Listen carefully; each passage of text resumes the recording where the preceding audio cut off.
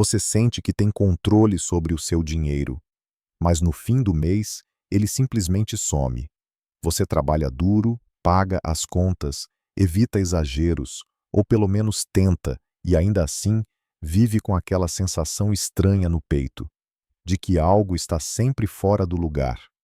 Hoje, eu prometo te mostrar por que essa sensação de controle pode ser a coisa mais perigosa nas suas finanças pessoais, e como começar a sair disso com clareza sem fórmulas mágicas. Eu sou o Dr. De Lima. Este é o canal O Preço da Vida. Respira fundo. Vamos conversar. Sabe qual é o maior erro financeiro das pessoas trabalhadoras? Não é ganhar pouco, não é gastar demais, não é falta de disciplina, nem preguiça, nem falta de força de vontade. O maior erro é acreditar que tem controle quando na verdade só está reagindo, porque controle de verdade não faz barulho. Controle não dá aquela sensação de alívio momentâneo quando você paga uma conta. Controle não é olhar o saldo no aplicativo e pensar: ainda dá para passar o mês. Isso não é controle. Isso é sobrevivência organizada. E eu falo isso com cuidado, com respeito, porque eu sento todos os dias com pessoas exatamente como você. Pessoas que acordam cedo, trabalham mais do que deveriam, carregam responsabilidades demais e ainda se culpam por não conseguirem sair do lugar. Elas me dizem: doutor, eu não entendo. Eu anoto tudo. Eu sei quanto ganho, sei quanto gasto, eu controlo. E quando eu faço uma pergunta simples: sobra dinheiro no fim do mês? O silêncio responde. Essa falsa sensação de controle nasce de um lugar muito humano. Você precisa acreditar que está no comando porque admitir que não está dói. Dói no orgulho, dói na identidade, dói porque parece que todo esforço não está levando a lugar nenhum. Então o cérebro cria uma história confortável. Estou fazendo o meu melhor. Estou no controle. É só uma fase. Mês que vem melhora. E assim mês após mês, ano após ano, você segue andando, sem perceber que está andando em círculos. O problema não é você. Nunca foi. O problema é que ninguém te ensinou o que controle financeiro realmente significa. Controle não é saber quanto você gasta. Controle é decidir antes de gastar. Controle não é pagar todas as contas em dia. Controle é estruturar a sua vida para que as contas não te controlem. Mas isso quase ninguém fala. O sistema adora quando você acredita que está no controle. Porque uma pessoa que acha que controla não questiona. Ela aceita trabalhar mais para cobrir buracos. Aceita usar crédito para ganhar tempo. Aceita trocar descanso por horas extras. Tudo isso parece escolha, mas é reação. E aqui entra um ponto delicado das finanças pessoais. Você pode estar fazendo tudo certo dentro de um jogo errado. Você organiza o orçamento, mas o orçamento já nasce apertado. Você corta pequenos gastos, mas os grandes nunca foram discutidos. Você se esforça para poupar, mas não sobra margem emocional nem financeira para sustentar o hábito. Então você conclui: o problema sou eu. E não é. Essa falsa sensação de controle funciona como um analgésico. Ela tira a dor agora, mas piora a doença no longo prazo. Porque enquanto você acredita que controla, você não muda a estrutura. Você ajusta, aperta, remenda, mas não reconstrói. Eu quero que você observe algo simples. Quem realmente tem controle financeiro dorme melhor. Não porque tem muito dinheiro, mas porque sabe exatamente onde está pisando. Sabe o que pode acontecer se algo der errado. Sabe até onde pode ir. E principalmente até onde não pode. Quem vive na falsa sensação de controle vive cansado. Cansado de pensar em dinheiro. Cansado de decidir o tempo todo. Cansado de se policiar. Porque tudo depende de atenção constante. Se você relaxa um pouco, tudo desmorona. Isso não é controle. Isso é tensão permanente. E talvez enquanto você escuta isso, uma parte sua esteja resistindo. Pensando: mas eu não faço loucuras, eu não sou irresponsável. Eu sei. Justamente por isso esse erro é tão comum entre pessoas trabalhadoras e responsáveis. Você não está perdendo dinheiro por falta de caráter.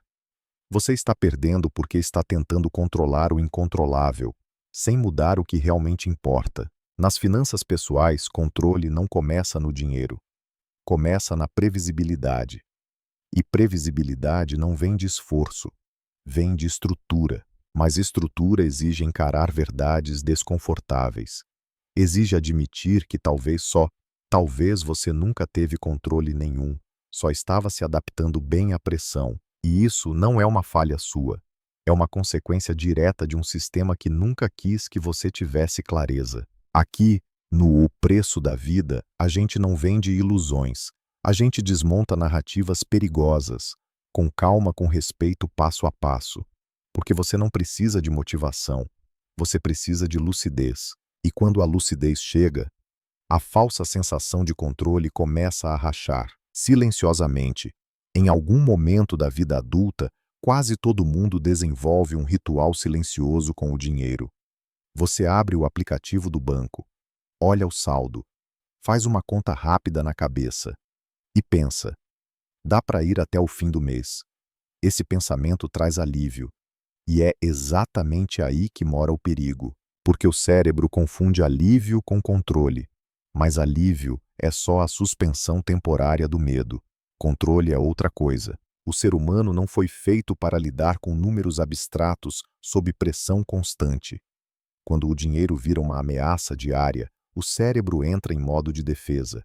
Ele não planeja, ele reage. E reação, quando se repete por tempo demais, começa a aparecer estratégia. Você começa a criar pequenas regras internas. Não gastar durante a semana. Compensar no próximo mês. Usar o cartão só em emergência, mas tudo vira emergência. Essas regras dão uma sensação de organização, mas não mudam a realidade estrutural. Aqui entra um ponto que quase ninguém discute em finanças pessoais: a diferença entre controle e microgestão da escassez. Controle é quando você decide com antecedência o destino do seu dinheiro. Microgestão é quando você decide no cansaço, no aperto, no fim do dia. E decisões tomadas no cansaço quase nunca são boas. O trabalhador médio vive exausto, exausto fisicamente, exausto mentalmente, e um cérebro cansado não pensa no longo prazo. Ele pensa em aliviar a dor agora. Por isso tanta gente inteligente se enrola financeiramente. Não por falta de inteligência, mas por excesso de desgaste.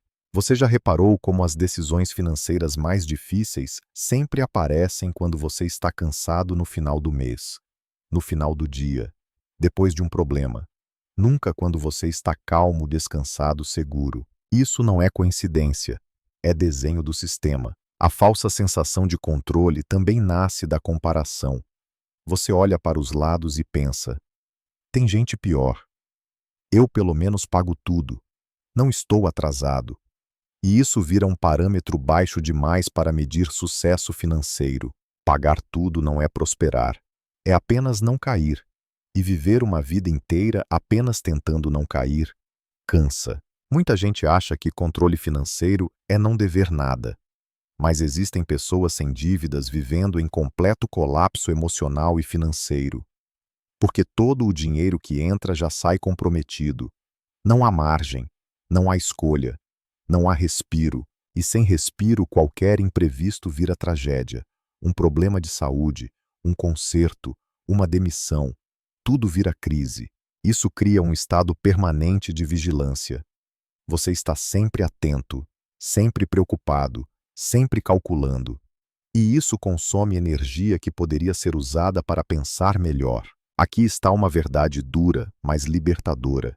Se o seu controle financeiro depende de atenção constante, você não tem controle nenhum. Controle de verdade funciona mesmo quando você está distraído, mesmo quando você descansa, mesmo quando você não está pensando em dinheiro.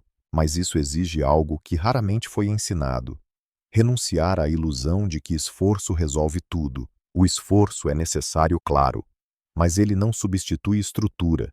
E muita gente tenta compensar a falta de estrutura com mais esforço. Trabalha mais, aceita mais pressão, adia mais a vida, e chama isso de responsabilidade. Nas minhas décadas trabalhando com finanças pessoais, eu vi pessoas adoecerem, acreditando que estavam fazendo a coisa certa. Vi casamentos se desgastarem, vi gente perder o prazer de viver, tudo em nome de manter uma sensação frágil de controle. E sabe o que mais dói? Elas se culpam. Acham que falharam, que são ruins com dinheiro.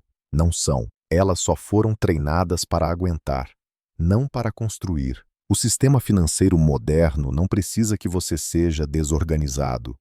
Ele lucra quando você é organizado demais, dentro de um limite apertado, quando você paga tudo, quando você aceita juros como parte da vida, quando você normaliza a ansiedade financeira. Essa normalização é perigosa, porque ela transforma sofrimento em rotina, e rotina em identidade. Você começa a se definir como alguém que vive no aperto. E quando isso vira identidade, qualquer tentativa de mudança parece arriscada demais. É por isso que tantas pessoas permanecem anos no mesmo lugar financeiro. Não porque não querem mudar, mas porque a mudança parece ameaçar a pouca estabilidade emocional que resta. A falsa sensação de controle funciona como uma gaiola confortável, apertada mas conhecida. Sair dela exige coragem, e ninguém ensina coragem financeira. Aqui no O Preço da Vida, a gente fala sobre isso sem gritos, sem promessas vazias. Porque você não precisa de alguém dizendo para você fazer mais. Você já faz demais. Você precisa entender onde o controle foi substituído por sobrevivência organizada. E por que isso não é sustentável. Quando você entende isso, algo começa a mudar por dentro. Não é imediato, não é mágico, mas é real. A culpa começa a cair, a confusão começa a se dissipar, e no lugar da ansiedade surge uma pergunta melhor. Não é mais: como eu faço para aguentar mais um mês? Mas o que precisa mudar para que eu não precise viver assim? E essa pergunta abre um caminho que muita gente nunca teve coragem de olhar. Existe um momento silencioso na vida financeira de uma pessoa. Não é quando o dinheiro acaba, não é quando a conta atrasa, é quando ela percebe que não está cansada só do trabalho, está cansada de pensar em dinheiro o tempo todo. Esse momento muda tudo, porque a pergunta deixa de ser técnica. Não é mais sobre planilha, aplicativo, porcentagem. É sobre dignidade, sobre paz, sobre parar de viver em estado de alerta.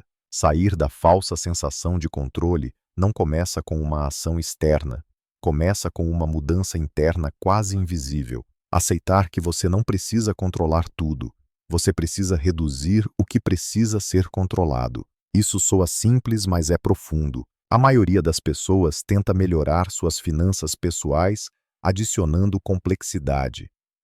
Mais regras, mais controle, mais vigilância.